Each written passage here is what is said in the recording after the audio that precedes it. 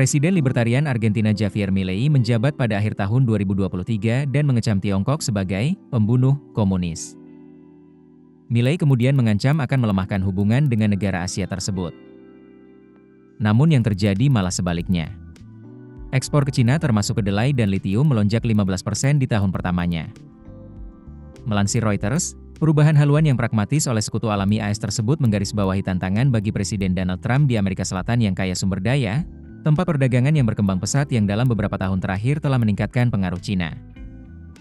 Trump ingin mengguncang perdagangan global dan mendapatkan mitra untuk mempromosikan kepentingan AS menggunakan ancaman dan tarif perdagangan.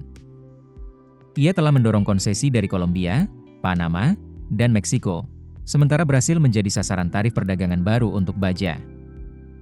Tarif 25% yang diusulkan untuk barang-barang Meksiko dan Kanada akan mulai berlaku pada hari Selasa, dengan biaya tambahan 10% untuk barang-barang Cina.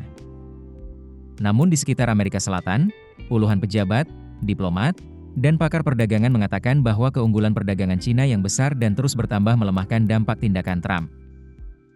Ini merupakan sebuah tanda peringatan tentang potensi batasan yang lebih luas dari pendekatan hukuman di dunia tempat Amerika Serikat memiliki semakin banyak pesaing ekonomi.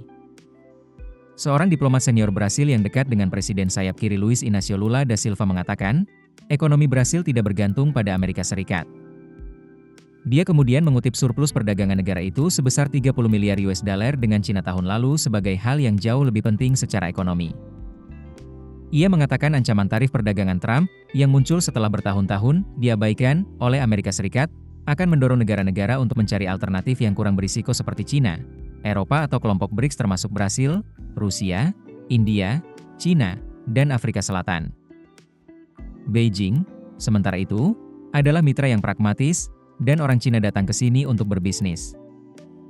Menurut analisis Reuters terhadap data perdagangan, didorong oleh raksasa komoditas Brasil, Chili, Peru, dan Argentina, ekspor Amerika Selatan ke Cina meningkat lebih dari 2 kali lipat dalam dekade terakhir.